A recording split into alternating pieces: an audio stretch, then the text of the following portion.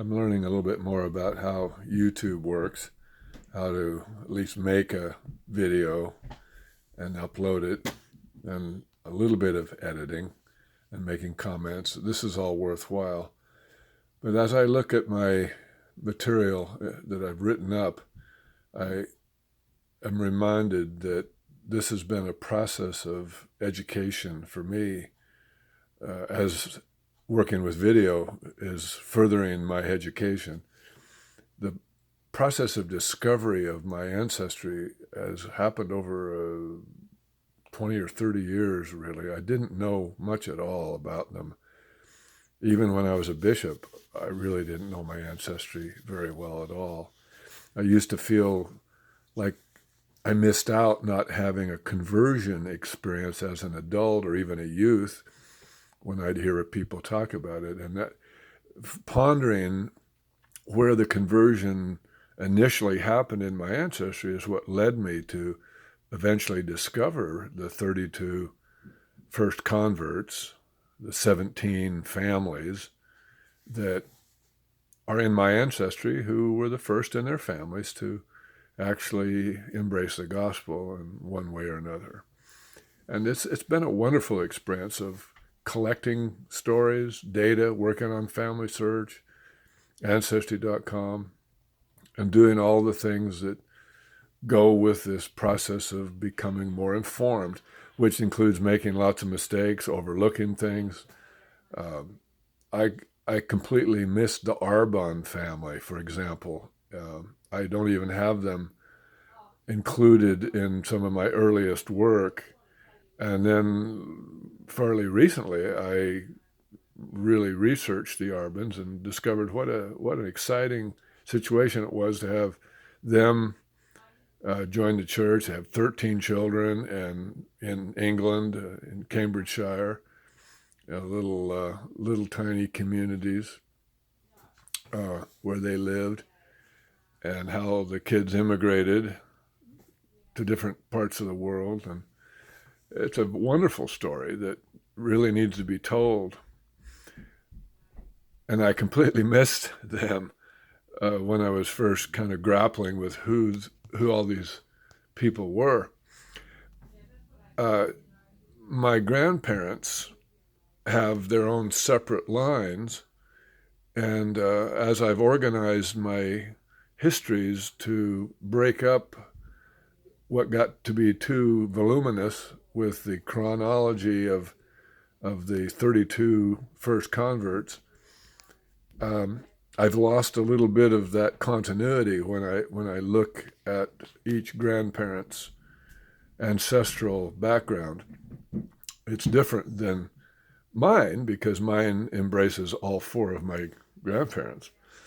I thought I'd just quickly recap that the Giffords, Alpheus and Anna Nash Gifford, the first family, and the Curtises, Enos Curtis and Ruth Franklin Curtis, were the first two families, the third being Edmund Durfee and Magdalena Lana Pickle Durfee. Those three families were all my Grandpa Joe's ancestors.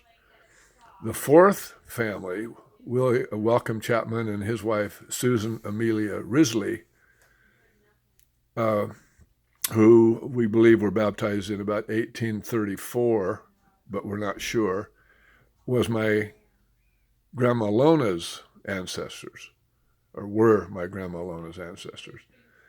The fifth family, Josiah Wilson Hawkins and Pernicia Jane Lee Adair, were my grandmother Graham's ancestors.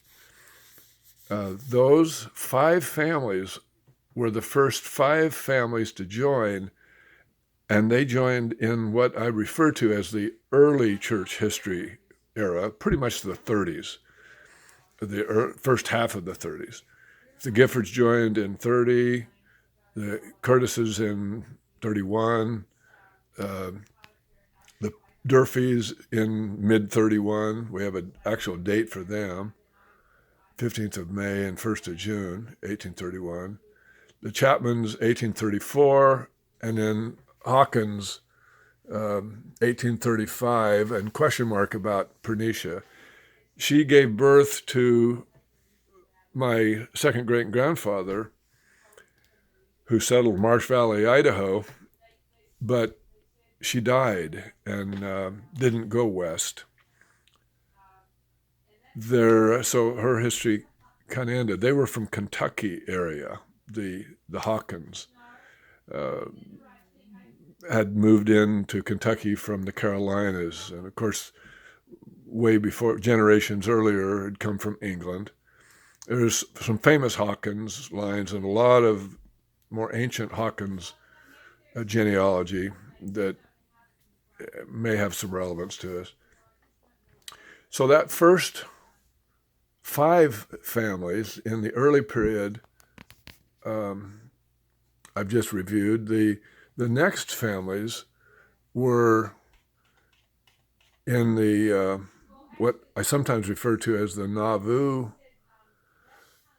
and Exodus period, from roughly 1840 to before they arrived, or maybe about the time the Saints arrived in Salt Lake Valley. But that includes the Cox family from England, John and Eliza Roberts Cox, the Miller family, Daniel Arnold Miller and Clarissa Pond Miller, and they have a wonderful story. They were in Quincy when the Saints left Missouri. Edmund Zebulon and Adelia Ryder Carbine were in New York, and they have an interesting story. Then we have James Arbon and Elizabeth Newman, who were in England. James Graham, Hannah Tucker Reed, and Christiana Gregory come next. That was the 10th family. I should back up and make a point of saying that John and Eliza Roberts Cox were ancestors of my Grandpa Joe. Daniel Arnold and Clarissa Pond Miller were ancestors of my grandmother Graham. And of course, Edmund Zebulon Carbine and Adelia Ryder, who have a really interesting story. Carbine were my grandpa. The Arbons were my grandma Lona's ancestors. And then this 10th family, James Graham, who had his own family and his own history as a convert in the Nauvoo area, ended up having quite a life, really a lot of interesting story. We have a lot more information on him. But he got married to Hannah Tucker Reed and Christiana Gregory. But I came from Hannah Tucker Reed and James Graham. After Hannah Tucker Reed and Christiana Gregory and their family came on the ship Brooklyn to San Francisco and then crossed the Sierras going east to Salt Lake Valley.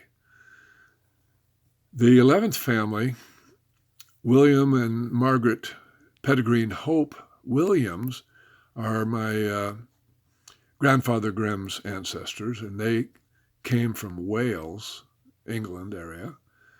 Then the 12th family is Samuel Parker. That's my Grandpa Joe's. He married Mary Elizabeth Gifford, Alpheus Gifford's daughter, oldest daughter. And he's been more of an enigma. We still have a need for a lot of information on him and his family from New England. And that pretty much takes care of that Nauvoo and Exodus time period. The final group of families starts with family 13, which is the Hepworths, Joseph and Mary Hurst Hepworth. That's my Grandpa Joe's ancestors. And they were baptized the year that Brigham and the first saints arrived in Salt Lake Valley, 1847. The 4th family, Henry William and Elizabeth Tyler Babbitt, are my Grandma Lona's ancestors, and they're also from England. They have a really interesting story. Their conversion and courtship and marriage, and more to say there that's quite quite interesting, entertaining. Then we have our Germans. The 15th family is Johann Martin Joachim and Maria Katharina Fasch Germer, who with their children joined a church, got persecuted in Hamburg, Germany, and then immigrated. Family 16 is really Thomas Chandler, who joined in with the Arbon family, Marion and Arbon, or actually Marion a Catmull, which is family 17. John Bradley Catmull was the first convert. So Thomas Chandler and John Bradley were part of the Arbon connection, but they came a little bit later. They were the last two to actually join the church. So those are the 17 families, and the baptismal dates go all the way down to, I guess, we have some interesting differences with the Arbon family and the Catmulls and Chandlers on their baptismal dates. That we know they were baptized in 1876, but Susan Arbon probably was baptized earlier than that. And anyway, there's a lot more to learn. A lot of errors need to be corrected. I've gone too long in this video.